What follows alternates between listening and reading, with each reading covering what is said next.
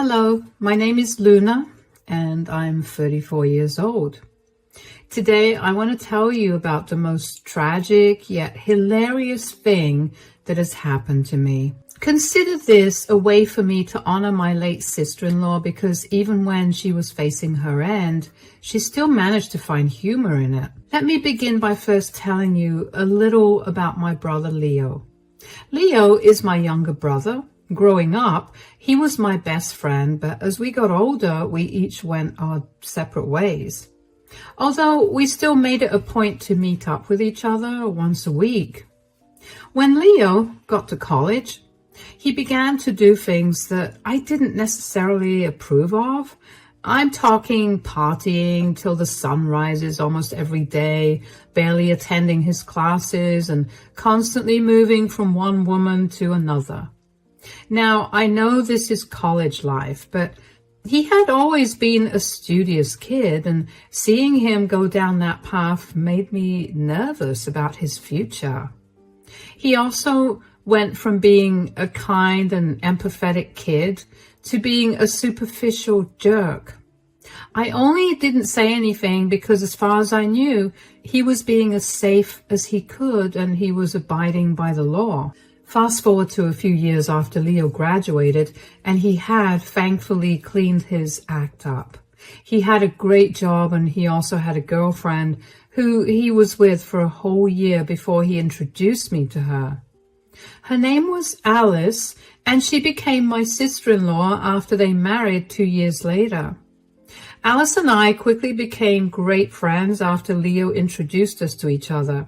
She was a very funny and intelligent woman. We had a lot of common interests, and not to mention she made Leo happy and also made him into a better person. She was amazing in my eyes. However, after a year of marriage, Alice got into a horrible car crash while on her way to work. I still remember how distraught Leo had sounded on the phone when he called me to tell me about what had happened, and I still get goosebumps just thinking about it. Alice spent a long time in the hospital, and when she finally came out, the doctor told us that she would live. We were so happy, but that was momentarily shut down because the doctor also told us that she would be paralyzed from the waist down. Leo cried a lot that day, and it was not easy on all of us. It took a long while for Alice to recover, and when she was finally discharged from the hospital, Leo was tasked with taking care of her, considering he was her husband. I remember Leo asking Alice's mother, Maxine, if she could take care of Alice, but she regretfully told him that she couldn't because she had 2 young kids to look after. I remember thinking that it was odd that Leo would try to pass off taking care of his wife, but I didn't pry too much because I didn't think it was my place to do that. In hindsight, I think I should have pried, though, because only 2 months after Alice got discharged from the hospital, she called me crying.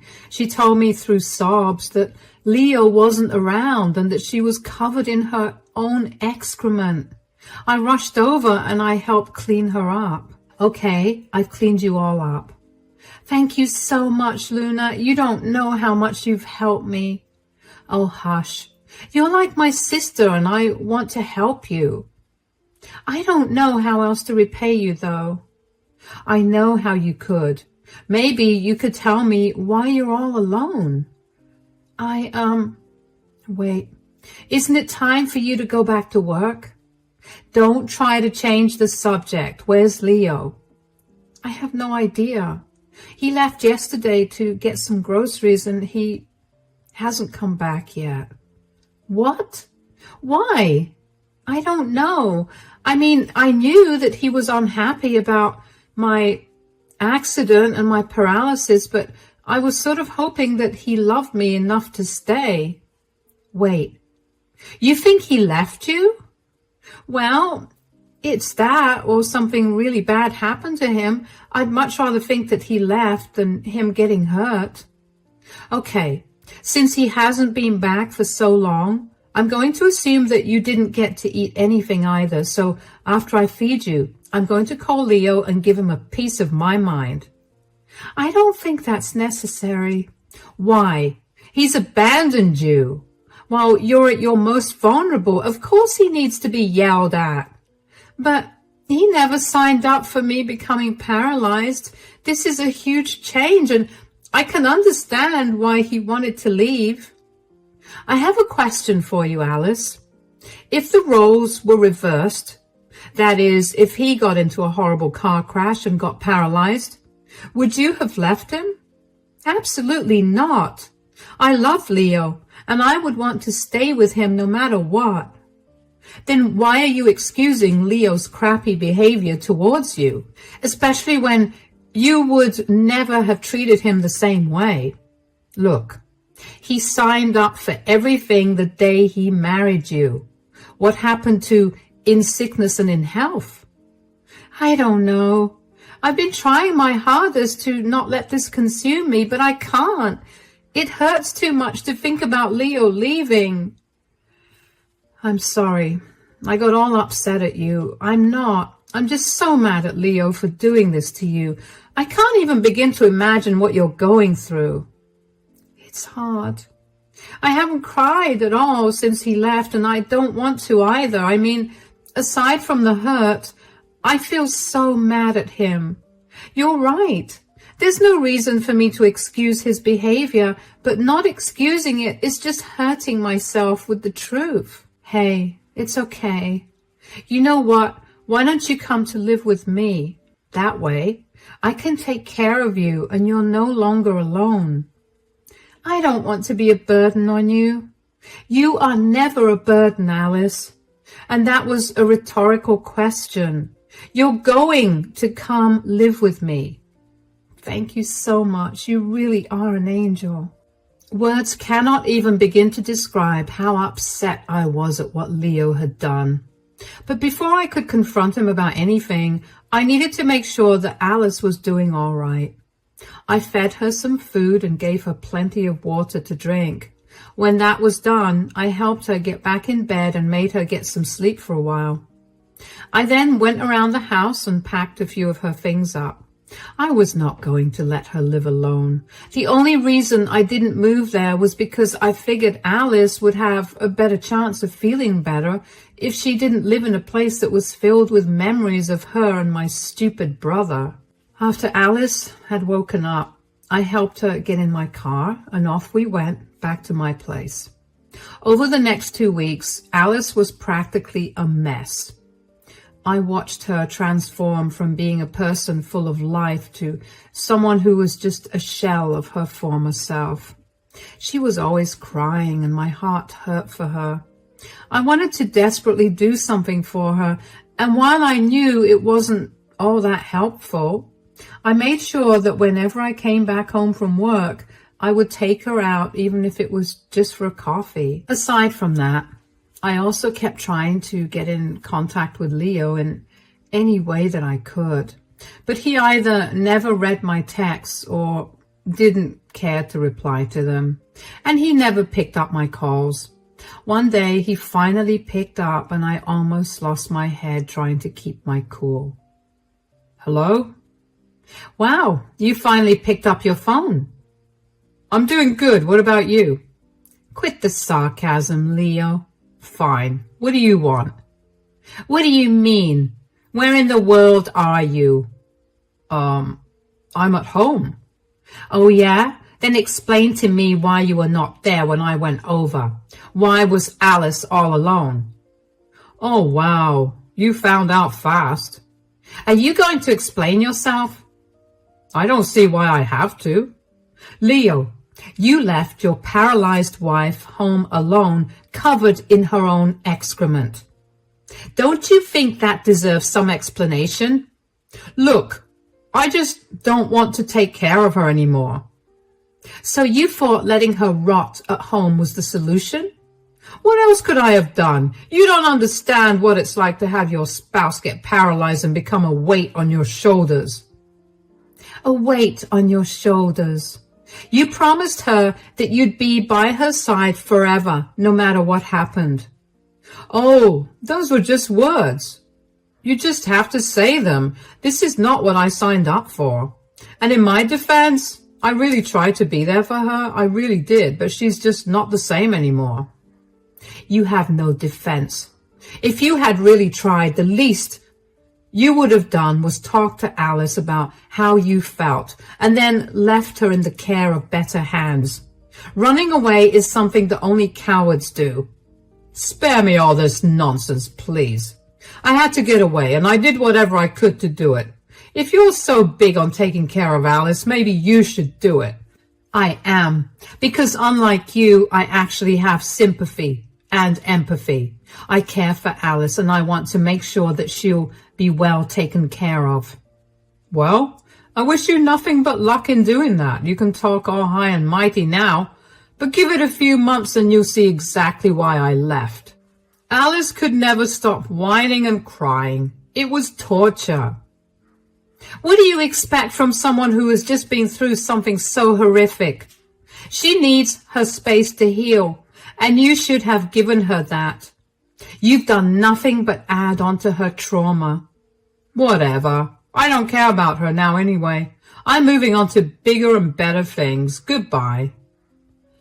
I couldn't believe that my brother could be so insensitive and so inhuman. I was so in shock that I didn't even know how to react to what had just happened.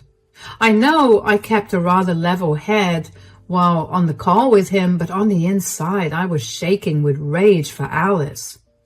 When Alice asked me later on if I was able to get through to Leo, I didn't know whether I should lie or tell her the truth. I ended up telling her the truth because I knew I wouldn't be able to live with myself if I lied to her. I guess hearing about that phone call woke Alice up from her heartbreak. She went from being mopey and sad about being left to full-blown hating on Leo. Whenever she could, she would make these hilarious digs at Leo, and I never saw her cry over him again. She gradually returned to her older self, full of life and laughter. Alice tried to get a divorce from Leo, but he never responded when he got served with the divorce papers. If Alice wanted to pursue the divorce, it would have taken a lot of money, which she did not have considering all her medical bills, so she just let it be. Time went on and Alice and I became the best of friends. It felt nice to come home to a not empty home. The first year and a half of living together was great, but then everything started to go downhill. It started with Alice getting a cut on her leg, which she obviously didn't feel.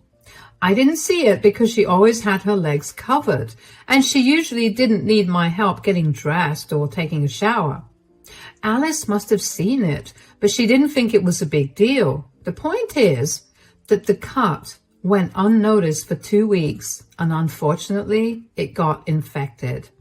I'm going to spare you all the gore, but Alice's body was too weak to fight the infection, and she was quickly put in the hospital. The infection had spread too far for anything to be done to stop it. The doctors gave her a few weeks to live. I was devastated. I knew that Alice was too, but she kept a brave face for everyone that visited her. Only I caught her crying at night, and it took everything in me to not break down at the sight of it. The very last thing that Alice made me do for her included hiring a lawyer for her so that she could create her will, and then asking me to sit by her side till she breathed her last breath. The first one was easy. The second, not so much. I was pretty much inconsolable for the first few days after Alice passed away. Her funeral was quickly arranged and her entire family flew out to attend it. After the funeral was done, some of her family members stayed back and I let them stay with me. We were all grieving, and even though I didn't know them all very well, it felt nice to not be alone in my grief. I had almost completely forgotten about Leo until he showed up at my house just a week after Alice passed away. "What are you doing here? What do you think? I heard Alice passed away. You feel guilty about it now? Well, it's pointless." "I don't feel guilty about it at all. I feel great. Ever since I left her, life has treated me real good." You are a piece of work. Get out. I don't want to see you or ever hear from you again. Please don't be so dramatic. I'm here for only one thing. What is it? I'm here to collect my inheritance. Inheritance? You came here for that? Well, I got a call from Alice's lawyer, and she told me that Alice left me something in her will, and that something is $50,000. You're lying. She hated you. Why would she leave you so much money? Clearly, she didn't hate me enough. Did she leave you anything? No, but I don't care for any of that. That's a shame. Why? The most valuable thing she gave me was letting me be a part of her final moments. That's something that no amount of money will ever compare to. Yeah, I'd like to see those precious final moments of yours pay the bills. Look, you need to leave. Everyone's grieving right now, so why don't you come back in a few days and collect whatever you need to? No, I came here for one thing and I'm not leaving without it. I can't help that you're jealous of what I got. I'm not jealous of you at all. I know that I'm a way better person than you, and that's enough for me. Please, I know you're upset that Alice didn't leave you anything. I mean, you spent 2 years taking care of her like a fool, and she left you nothing. Leo, please get off my property right this instant. I will call you when her inheritance is announced. What if I say no? Is her lawyer present there? I want to speak to her. No, only a few of her family members and a few friends are here. You need to leave before you upset anyone. Everyone here hates you with a passion, so leave. Fine, whatever. But this is not over. I'm going to talk to her lawyer and see exactly what she's left to me. And then I'm going to flaunt it in your face till you cry. You're going to regret calling me a horrible person because you're going to see Alice for the monster she truly was. I couldn't believe the nerve that Leo had to show up at my doorstep 2 years after he abandoned Alice. And only to get his inheritance. It took every ounce of self-restraint to not punch him in the face. I slammed the door in his face and went back into my house. What was more upsetting to me was that Alice actually left $50,000 to him. I knew how much she hated him more than anyone. Then why would she have felt the need to leave anything at all to him? I mean, sure, he was still legally her spouse, but surely that didn't mean that she had to leave him something, right? I couldn't keep thinking about it, though, because the more I thought about it, the more upset I got. And I was sad enough already. I didn't expect Alice to leave me anything at all. I really didn't. Living with her for the last 2 years didn't feel like a burden at all. It just felt like I was living with my best friend. But at the same time, I couldn't help but feel disrespected because she left Leo with such a huge amount of money. Anyway, over the next 2 days, I tried to put those thoughts out of my mind. I was also trying my best to get through the grief of having lost Alice, but then I got a call from Alice's mother, Maxine. Hi, Alice, are you free to talk for a few minutes? Yes, of course. How are you doing? Well, I'm getting by, I suppose. What about you? Same here. The house feels so empty without Alice here. Thank you so much for helping her out, by the way. If I didn't live so far away and have 2 young children to take care of, I would have helped her out myself. You don't have to thank me for anything, Maxine.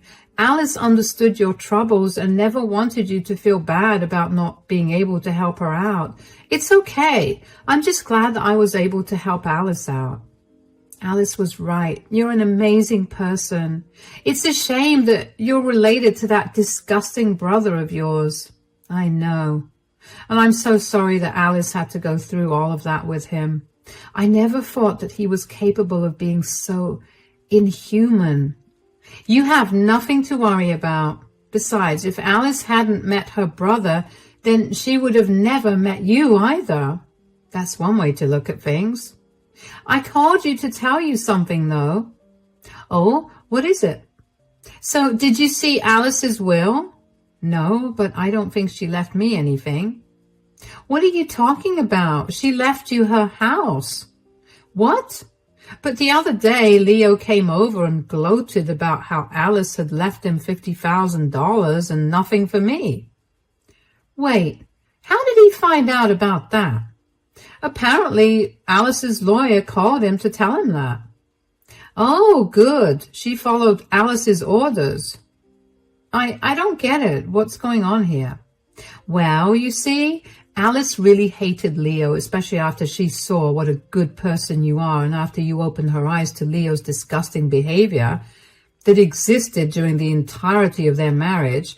So she asked her lawyer to make sure to call Leo up as soon as she passed away to collect his inheritance from her. Okay, but if she hated Leo, why did she leave him $50,000? Aren't you curious about how she had $50,000 to begin with? I am, but I didn't think it was my place to ask. Well, it is. Alice never had $50,000 in cash or her bank account. What she did have it in is Blockbuster cards. What?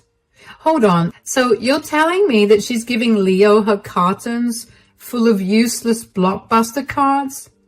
Yeah, she wanted to leave Leo with one last screw you for abandoning her. Oh my God, that's awesome. Did you really think that Alice would leave without giving you something?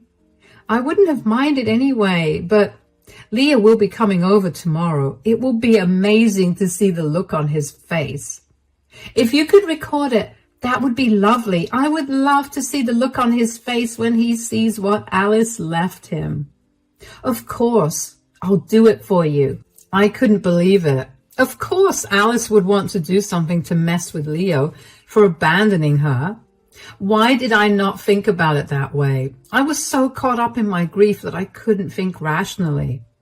I did feel bad for doubting her, but at the same time, I knew that she did that to mess with me and then make me feel happy. So of course, I was going to let her plan unfold beautifully. I asked Maxine to send me a copy of Alice's will so I could give Leo the proof of his inheritance if he asked for it. Then I texted Leo and set up a date to meet him to give me his inheritance. I asked him to meet me the next day so I could go over to Alice's house and find the box of Blockbuster cards. I always knew that she was a movie fanatic, but to know that she dropped that much on Blockbuster, yikes. Thankfully, they were a ton of cards all dated at different times, so it made me feel better that she never spent that much in one go.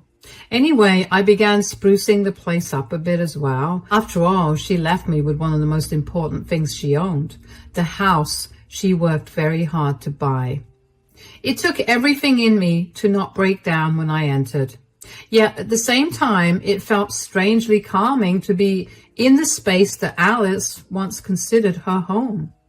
I found the box of Blockbuster cards pretty easily, and then I decided to spend the night there.